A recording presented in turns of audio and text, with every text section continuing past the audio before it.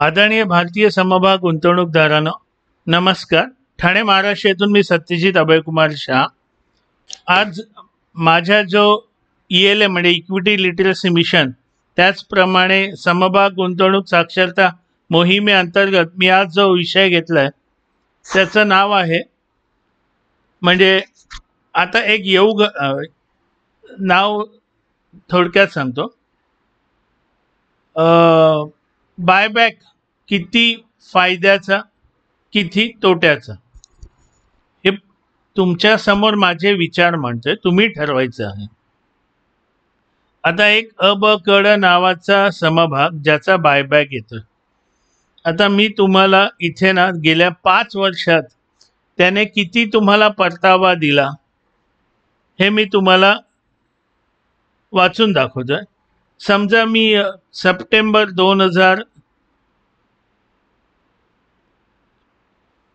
2000 साली हा समभाग घेतला होता. समजा या समभागाने गेल्या 6 महिन्यात वजा 2.69% परतावा दिलाय. YTD म्हणजे इयर टिल डेट, म्हणजे 1 जानेवारी 2025 ते आजपर्यंत वजा 17.99%. फायदा नाही, हा तोटा आहे. एका वर्षात वजा 18.50% तोटा, म्हणजे दर शेकडा वजा 18.50%. 2 वर्षात अधिक 1.88%, म्हणजे झाला दर शेकडा 0.94, 1% पण नाही. त्याच्यानंतर गेल्या 3 वर्षात अधिक 12.78%, म्हणजे अधिक 4.36% दर शेकडा. त्याच्यानंतर 4 वर्षात वजा 10.7%, म्हणजेच तो झाला आहे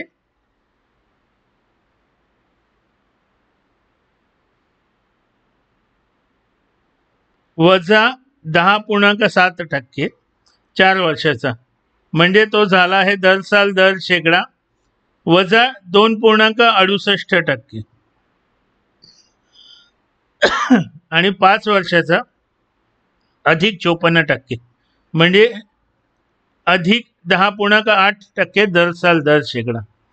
आता मी काही माहिती काढलेली गुगलवरून, त्याच्यावरून असं कळतं की हा समभाग जेव्हा बायबॅक करतात, म्हणजे कंपनी ती जी आस्थापना आहे किंवा ही जी आस्थापना ज्याने आता समभाग बायबॅक काढलेला आहे, म्हणजे अंदाजे 15% तो भाव बायबॅकचा वर असतो, आदल्या दिवशीच्या बायबॅकच्या वर.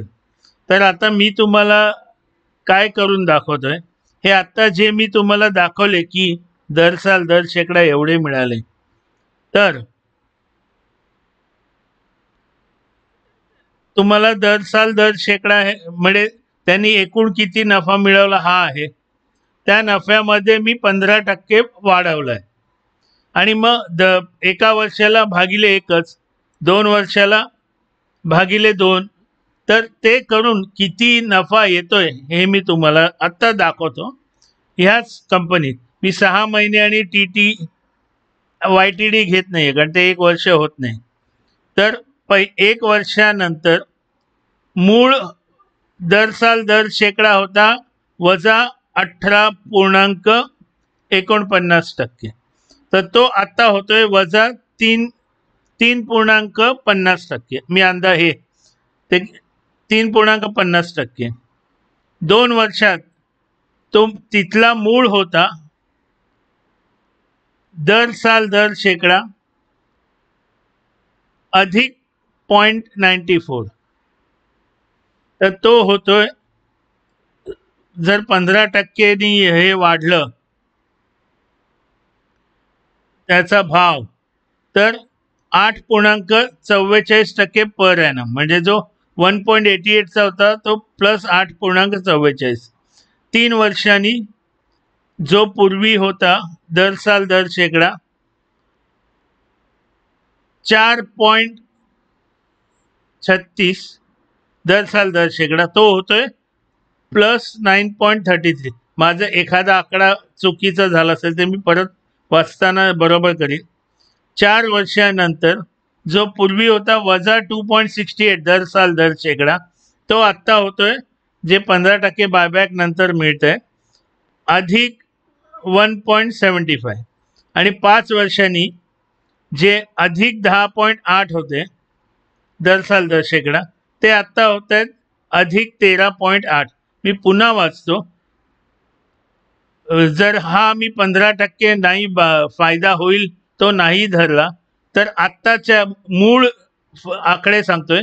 एका वर्षात त्याने -18.49% तोटा, 2 वर्षात दर साल दर शेकडा 0.94 तोटा, त्याच्यानंतर 3 वर्षात अधिक 4.26% तोटा, 4 वर्षात -2.68% तोटा आणि 5 वर्षात अधिक 10.8%. हे सगळे दर साल दर शेकडा.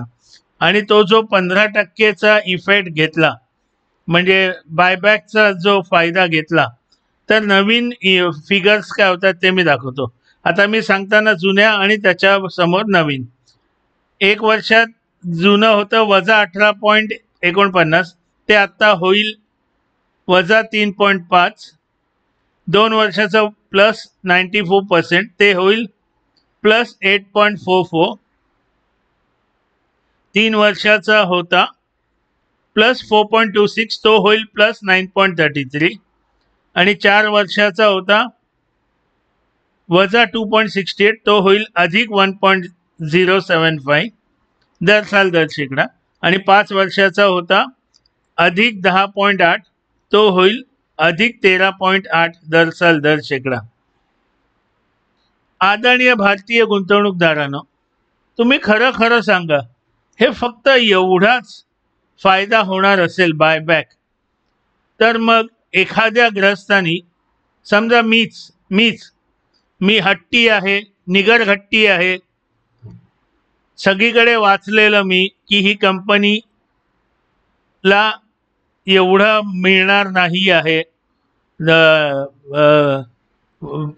परतावा एवढा देऊ शकणार नाही, तरी मी का हा समभाग ठेवला का तर म्हणे खूप मोठी खूप जुनी आहे मला.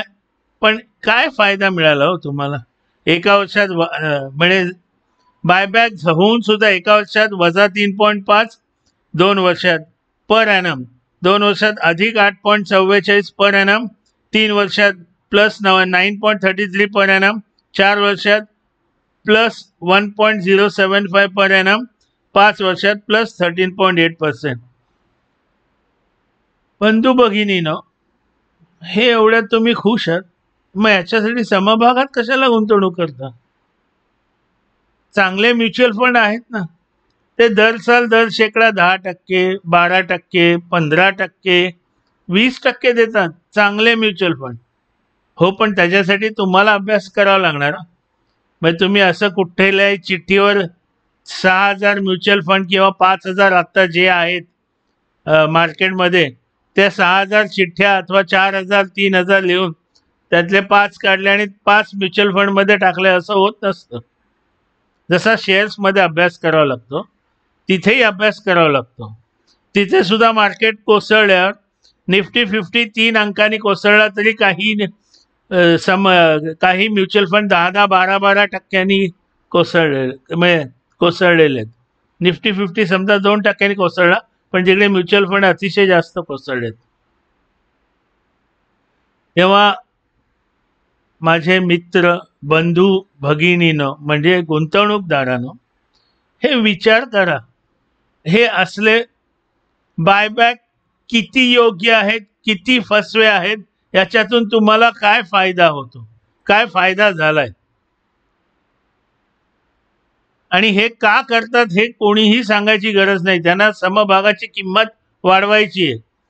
ठीक आहे, त्यांच्याकडे पैसा होता हे सगळं बायबॅक करायला, बोनस द्यायचा,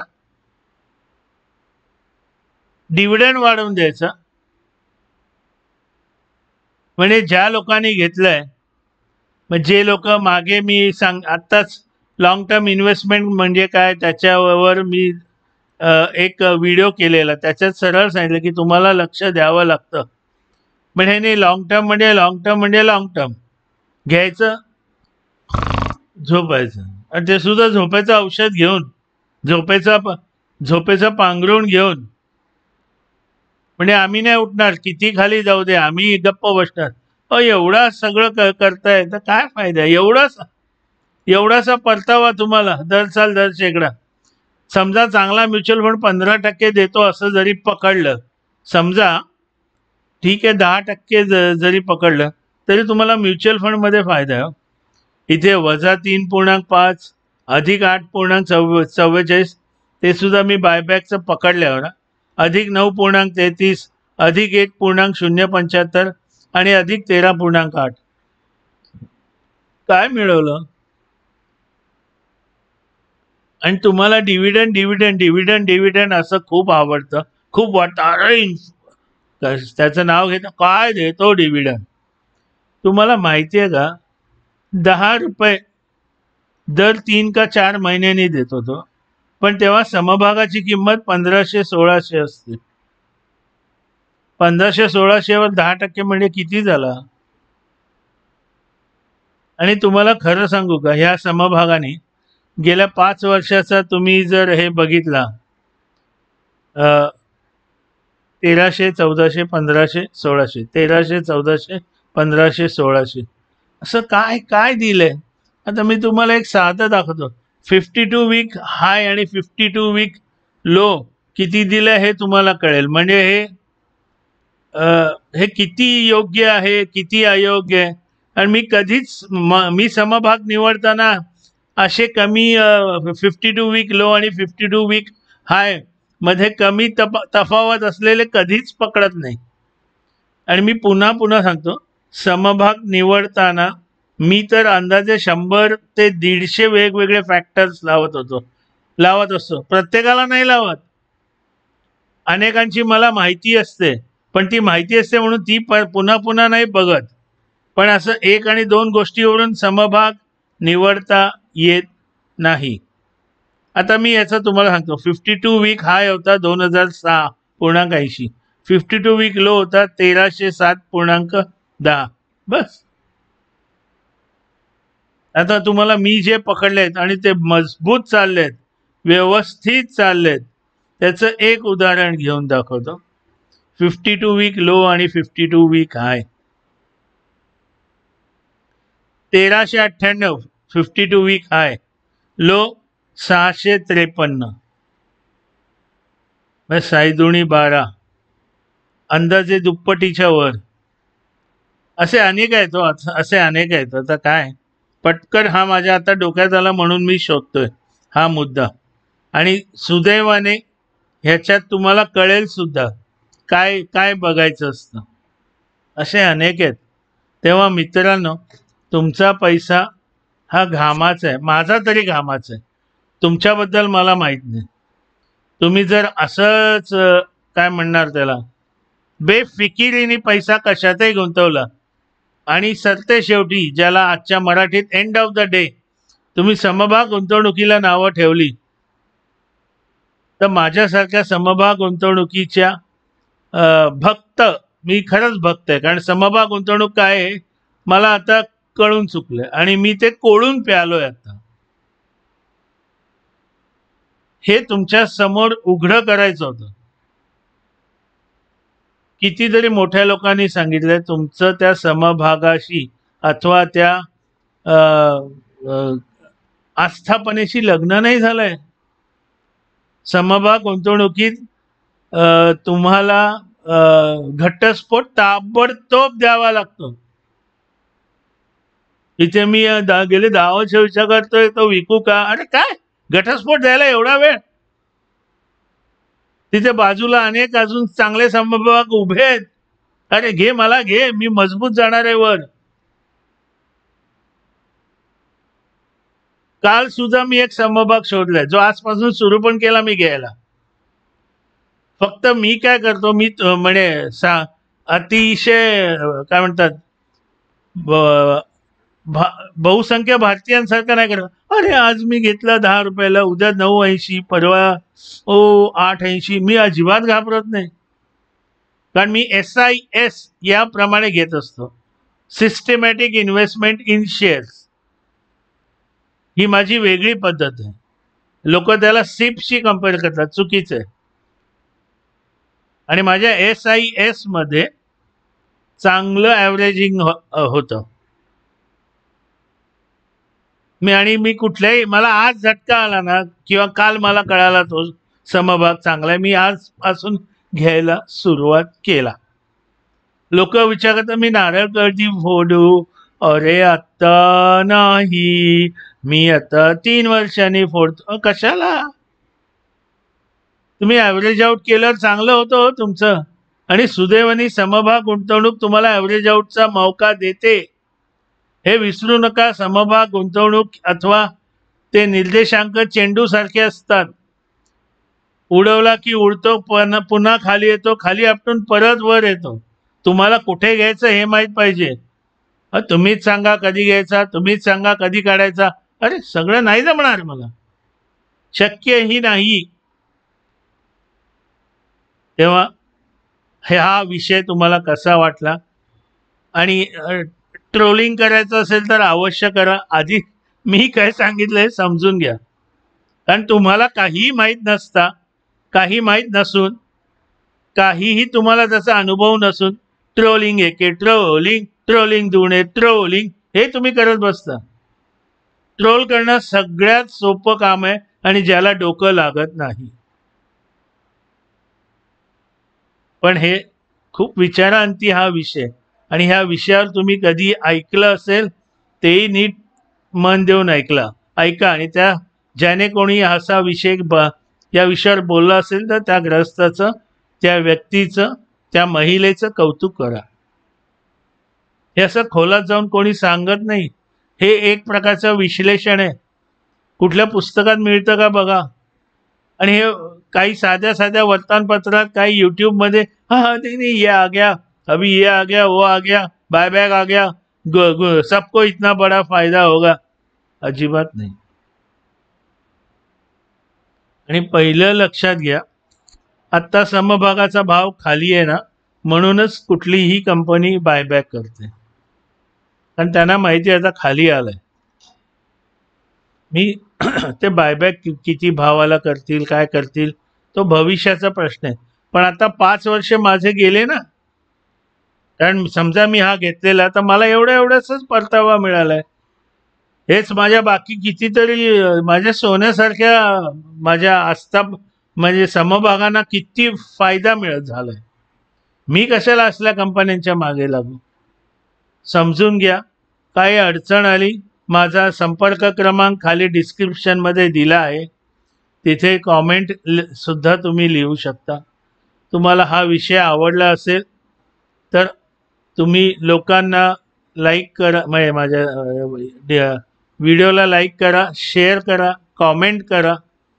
आणि कृपया माझ्या व्हिडिओ वाहिनीला, माझ्या या यूट्यूब वाहिनीला सबस्क्राईब करा. तिथे बेल आयकॉनला क्लिक करा. बाकीच्यांनाही सबस्क्राईब करायला सांगा.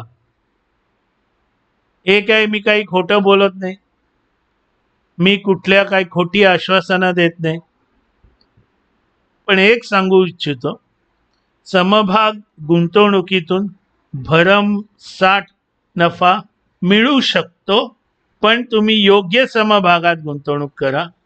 त्याच्यानंतर तुम्ही योग्य समभागात म्हणजे फंडामेंटली व्हेरी स्ट्रॉंग, त्याचप्रमाणे लॉंग टर्म गुंतवणूक करा. आणि मी एक छोटंसं वाक्य बनवलं आहे, शेयर्स में इन्वेस्टमेंट है तो सब मुमकिन है. नमस्कार, जय हो, पुन्हा भेटू.